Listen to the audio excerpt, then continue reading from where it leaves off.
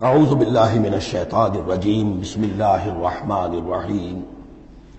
اب کافی عرصے کے بعد منافقین کا تذکرہ قرآن مجید میں ہو رہا ہے، کیونکہ یہ ہم نے سورہ یونس سے لے کر اور سورہ مومنون تک جو 14 صورتیں پڑھی ہیں ان میں تو سارا معاملہ تھا مشرکین عرب سے، کفار سے، مشرکین سے، ساری بحث ان سے تھی۔ کہیں کہیں گفتگو کا رخ جو ہے وہ اہل کتاب کی طرف ہوئے سخن، بغیر انہیں باضابطہ خطاب کیے ہوئے، اور یا پھر تیسرا خطاب حضور سے ہے ذاتی، اور حضور کی وساطت سے اہل ایمان کے ساتھ، اور ابھی وہاں نفاق کا کوئی اس قسم کا موجود نہیں تھا معاملہ کہ منافقین کے ساتھ کوئی رد و قضا ہوتی۔ لیکن یہ تو چونکہ سورہ نازل ہو رہی ہے سن 6 ہجری میں، یہ گویا کہ یوں سمجھیے کہ عین مدنی جو دور ہے اس کا عین وسط ہے، بالکل سن 11 میں حضور کا انتقال ہوا ہے، تو سن 6 یوں سمجھیے کہ ان دونوں کے بالکل وسط کے اندر ہے، یہ بالکل درمیانی دور ہے مدنی دور کا۔ یہاں پر اب تذکرہ ہو رہا ہے منافقین کا۔ لقد انزلنا آیات مبینات، ہم نے نازل کی ہیں روشن آیات۔ واللہ یہدی من یشاء الی صراط مستقیم، اور اللہ تعالیٰ ہدایت دیتا ہے جس کو چاہتا ہے سیدھے راستے کی طرف۔ وَيَقُولُونَ آمَنَّا بِاللَّهِ، اور کچھ لوگ وہ بھی ہیں جو کہتے ہیں ہم ایمان لائے اللہ پر، وبالرسول، اور اللہ کے رسول پر، وَأَطَعْنَا، اور ہم نے اطاعت قبول کی۔ ثُمَّ يَتَوَلَّىٰ فَرِيقٌ مِّنْهُمْ، پھر ان میں سے ایک جماعت جو ہے پیٹھ موڑ کر جاتی ہے، من بعد ذالک، اس کے بعد، یعنی اب اس کے بعد یہ سب کچھ کہہ کر قول و قرار کر کے اطاعت کا یہاں دم بھر کر جاتے ہیں، لیکن پھر طرز عمل ان کا کچھ اور ہوتا ہے۔ وَمَا أُولَٰئِكَ بِالْمُؤْمِنِينَ، اور یہ لوگ حقیقی مومن نہیں ہیں۔ وَإِذَا دُعُوا إِلَى اللَّهِ وَرَسُولِهِ لِيَحْكُمَ بَيْنَهُمْ، اور جب انہیں پکارا جاتا ہے، بلایا جاتا ہے کہ آؤ اللہ کی طرف اور رسول کی طرف کہ ان کے مابین فیصلے کرے۔ یہ سورہ نساء میں ہم یہ سارے مضامین بڑی تفصیل سے پڑھ چکے ہیں کہ وہ لوگ چاہتے تھے کہ اپنے مقدمات جو ہیں وہ یہودیوں کی عدالت میں لے جائیں، اس لیے کہ حضور کے ہاں انہیں اندیشہ ہوتا تھا کہ یہاں تو بالکل صحیح فیصلہ ہو جائے گا۔ تو اس طرح کا جو ان کا کردار تھا، جب انہیں بلایا جاتا ہے اللہ کے اور اس کے رسول کی طرف کہ آؤ کہ وہ فیصلہ کرے تمہارے مابین، اذا فریق منہم معرضون، تو ان میں سے ایک گروہ اور ایک جماعت ایسی ہے جو اعراض کرتی ہے اور کرنی کترا جاتی ہے۔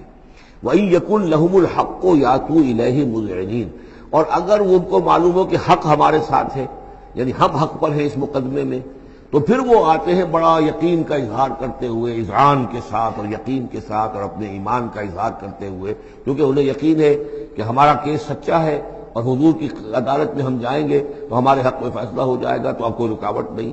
یاتوا الیہ مذعنین، خوب یقین کا، اعتماد کا اظہار کرتے ہوئے آتے ہیں۔ افی قلوبہم مرض، کیا ان کے دلوں میں روگ ہے؟ ام ارتابوا، یا یہ شکوک میں مبتلا ہو گئے ہیں؟ ام یخافون ان یحیف اللہ علیہم، یا انہیں یہ اندیشہ ہے کہ اللہ تعالیٰ جو ہے ان کے ساتھ ناانصافی کرے گا، ورسولہ، اور اس کے رسول۔ بل اولئک هم الظالمون، نہیں بلکہ حقیقت میں یہی ظالم ہیں۔ ایمان کی اصل حقیقت سے چونکہ یہ محروم ہے، لہذا ساری غلطی ان کے اپنے کردار میں ہے۔ انما کان قول المؤمنین اذا دعوا الی اللہ ورسولہ لیحکم بینہم، جو حقیقی مومن ہوتے ہیں ان کو تو جب بلایا جاتا ہے اللہ کی طرف اور اس کے رسول کی طرف کہ وہ فیصلہ کرے ان کے مابین، تو ان کا قول تو یہی ہوتا ہے ان یقولوا سمعنا واطعنا، کہ وہ کہتے ہیں کہ ہم نے سنا اور ہم نے مانا، ہم حاضر ہیں، جو بھی فیصلہ محمد رسول اللہ کا ہوگا ہم اسے بصر و چشم تسلیم کریں گے۔ انما کان قول المؤمنین اذا دعوا الی اللہ ورسولہ لیحکم بینہم ان یقولوا سمعنا واطعنا واولئک هم المفلحون، اور یقیناً وہی لوگ ہیں جو پھر فلاح پانے والے ہیں۔ ومن یطع اللہ ورسولہ، اور جو اللہ کی اور اس کے رسول کی اطاعت کرتا ہے، ویخشى اللہ ویتقہ، اور اللہ کا خوف بھی رکھتا ہے، اس کا تقوی اختیار کرتا ہے، فاولئک هم الفائزون، تو یقیناً وہی لوگ ہیں کہ جو کامیاب ہونے والے ہیں۔ وہ اکثر کہتے ہیں، اللہ تعالیٰ کی قسمیں کھاتے ہیں اپنی امکانی حد تک، لئن امرتہم، اے نبی اگر آپ حکم دیں گے، لَيَخْرُجُنَّ، تو وہ لازماً نکل جائیں گے۔ آپ حکم دے دیا، میں ہم حاضر ہیں، ویسے میری یہ مجبوری ہے، یہ میری تکلیف ہے، یہ مسئلہ ہے، ویسے آپ حکم دیں گے اگر، تو میں بالکل حاضر ہوں۔ یہ آپ کو اب بھی معلوم ہوگا کہ ہماری جماعتی زندگیوں کے اندر یہ مسئلہ ہوتا ہے کہ کوئی امیر ہے، اس نے ایک بات کہی ہے، کھل کر اس نے کہہ دیا ہے کہ میں یہ چاہتا ہوں کہ معاملہ اس طرح کیا جائے۔ اب کچھ لوگ کرنے کتراتے ہیں، اچھا جی اگر آپ حکم دیں گے تو میں کروں گا۔ لیکن یہ کیا بات ہے، جب وہ امیر ہے آپ کا، وہ بات کہہ رہا ہے، تو اس کی بات کو آپ حکم کیوں نہیں سمجھ رہے؟ اسی طریقے سے حضور صلی اللہ علیہ وسلم نے جب فرما دیا ہے کہ نکلنا ہے، اب دشمن کے مقابلے کے لیے نکلو، اب وہ آپ چاہتے ہیں پی کال کر کے حضور ایک ایک کی خوشامد کریں کہ آئیے آپ ضرور نکلیے، خدا کے لیے ضرور چلیے، یہ حضور کرنے والے نہیں ہیں۔ واقسموا باللہ جہد ایمانہم، اور یہ اللہ کی قسمیں کھا کھا کر کہتے ہیں اپنی امکانی حد تک، لئن امرتہم، اے نبی آپ کا حکم ہوگا تو میں حاضر ہوں، لیخرجن، ہم ضرور نکلیں گے۔ قل لا تقسموا، اے نبی ان سے کہیے تم قسمیں مت کھاؤ، طاعۃ معروفہ، معروف طریقے پر اطاعت اختیار کرو۔ تم نے اعلان کیا ہے کہ تم مجھ پر ایمان لائے ہو، تم نے اعلان کیا ہے کہ تم مجھے اللہ کا رسول سمجھتے ہو، اب جو میں کہہ رہا ہوں اسے قبول کرو، اختیار کرو۔ یہ کیا ہے کہ میں کسی کو ایک ایک کو علیحدہ علیحدہ حکم دوں؟ ان اللہ خبیر بما تعملون، یقیناً جو کچھ تم کر رہے ہو اللہ اس سے باخبر ہے۔ قل اطیعوا اللہ واطیعوا الرسول، اے نبی کہہ دیجئے۔ اب دیکھیے نوٹ کر لیجئے، سورہ نساء میں نے تفصیل سے آپ کو بیان کیا تھا کہ منافقین پر تین ہی چیزیں بھاری تھیں۔ نمبر ایک، حضور کی شخصی اطاعت کرنا۔ نمبر دو، جہاد اور قتال کے لیے نکلنا۔ نمبر تین، ہجرت۔ تین ایشوز کے اوپر بڑی تفصیل سے وہاں گفتگو ہو چکی ہے۔ یہاں اطاعت رسول کو جو ہے، جو پہلا مضمون تھا سورہ نساء میں، اسی کو زیادہ موقت کیا جا رہا ہے۔ قل اطیعوا اللہ واطیعوا الرسول، کہیے ان سے اطاعت کرو اللہ کی، اطاعت کرو اس کے رسول کی صلی اللہ علیہ وسلم۔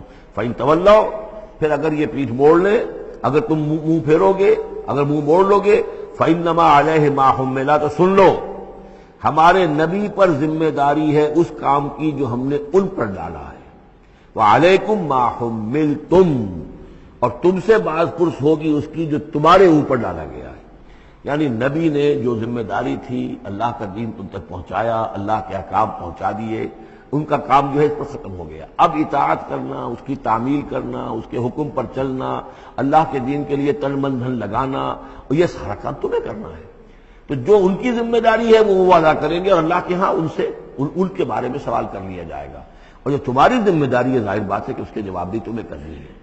اس میں یہ بھی ہوتا ہے بسا اوقات کہ کسی شخص کو یہ گمان ہو جائے، ظاہر بات ہے میں نے آپ کو سنایا تھا کہ ایک شخص نے کہہ دیا تھا حضور سے، اے دل یا محمد، اے محمد عدل سے کام لیجیے صلی اللہ علیہ وسلم۔ بڑی گستاخی کے ساتھ اس نے کہا، گویا کہ الزام لگایا کہ آپ یہ جو صدقات کی جو تقسیم کر رہے ہیں یا مال غنیمت تقسیم کر رہے ہیں، اس میں آپ عدل سے کام نہیں لے رہے۔ تو حضور نے بھی غصے میں جواب دیا تھا کہ انما عدل فلم یا عدل، اگر میں عدل نہیں کروں گا تو کون کرے گا۔ اسی طریقے سے ہو سکتا ہے کسی جماعتی زندگی کے اندر کوئی امیر ہے اور اس سے کوئی شخص یہ محسوس کرے، اس کا ساتھی، کہ مجھ پر زیادتی کی ہے انہوں نے، امیر نے زیادتی کی ہے، کوئی بات نہیں، امیر نے زیادتی کی ہے تو امیر اس کی جواب دہی اللہ کے ہاں کر لے گا، اللہ تعالیٰ کے ہاں جواب دہی ہو جائے گی، اور ہو سکتا ہے اس کے کچھ جو بھی نیکیاں ہے وہ تمہارے حساب میں اللہ تعالیٰ درج کر دے، لینا دینا وہاں ہو جائے گا، ڈیبٹ کریڈٹ ہو جائے گا۔ لیکن اس کا مطلب یہ ہو کہ ناراض ہو کر بیٹھ رہا ہو کہ اب اپنی ذمہ داری ادا نہیں ہو رہی، تو پھر تو جواب دہی تمہاری ہو جائے گی اللہ کے ہاں، ایکسپلیشن کال تمہاری ہو جائے گی کہ ناراض ہو کر بیٹھ رہے ہیں کیونکہ انہوں نے میرے ساتھ یہ کیا ہے لہذا میں بس اب کام کچھ نہیں کروں گا۔ یہ تو گویا کہ ایک منفی طرز عمل ہے، تمہیں جواب دہی کرنی ہے اپنے فرائض کی، اپنی ذمہ داریوں کی۔ تو یہ جماعتی زندگی سے متعلق بعض بہت اہم ہیں جو مباحث اس سورہ مبارکہ میں آئے ہیں، اور ان میں سے بعض ہمارا جو منتخب نصاب نمبر 2 ہے جو اس سورہ مبارکہ کی آخری آیات ہے وہ اس کے ایک درس کی حیثیت سے اس میں شامل ہے۔ جو جماعتی زندگی جو ہے، جب ایک جماعت بنانی پڑے گی، اگر دین کا کام کرنا ہے تو اکیلے اکیلے تو نہیں ہو سکتا، جماعت کا نظم ہو، ایک ڈسپلن ہو، ایک حزب اللہ وجود میں آئے جو سورہ مائدہ میں ہم دیکھ آئے ہیں، فإن حزب اللہ هم الغالبون، غلبہ جو ہے تو وہ حزب اللہ کو اللہ تعالیٰ دیتا ہے، ید اللہ علی الجماعہ، جماعت کے اوپر اللہ کا ہاتھ ہے، جماعت کی کو اللہ کی نصرت اور تائید حاصل ہوتی ہے۔ اس جماعتی زندگی کے بعد ایسے نفسیاتی معاملات ہوتے ہیں اور اس کے اندر بعض ایسے حساس مسائل ہوتے ہیں کہ جن کے بارے میں بڑی عمدہ رہنمائی دی گئی ہے مختلف مقامات پر، ان پر ہم نے پھر مرتب کیا ہے منتخب نصاب، مطالعہ قرآن حکیم کا منتخب نصاب نمبر 2۔ قل اطیعوا اللہ واطیعوا الرسول، ان پر جو ذمہ ہے وہ ان کی اپنی ذمہ داری کا، اور تمہارے اوپر جو بوجھ ہے، جو تمہاری مسئولیت ہے وہ تمہاری ذمہ داری کی۔ وَإِن تُطِيعُوهُ تَهْتَدُوا، جان لو یہ اللہ کے رسول ہیں، اگر تم ان کی اطاعت پر کاربند رہو گے تبھی تم ہدایت یافتہ ہوگے۔ وَمَا عَلَى الرَّسُولِ إِلَّا الْبَلَاغُ الْمُبِينُ، اور ہمارے رسول پر سوائے صاف صاف پہنچا دینے کی اور کوئی ذمہ داری نہیں ہے۔ صدق اللہ العظیم۔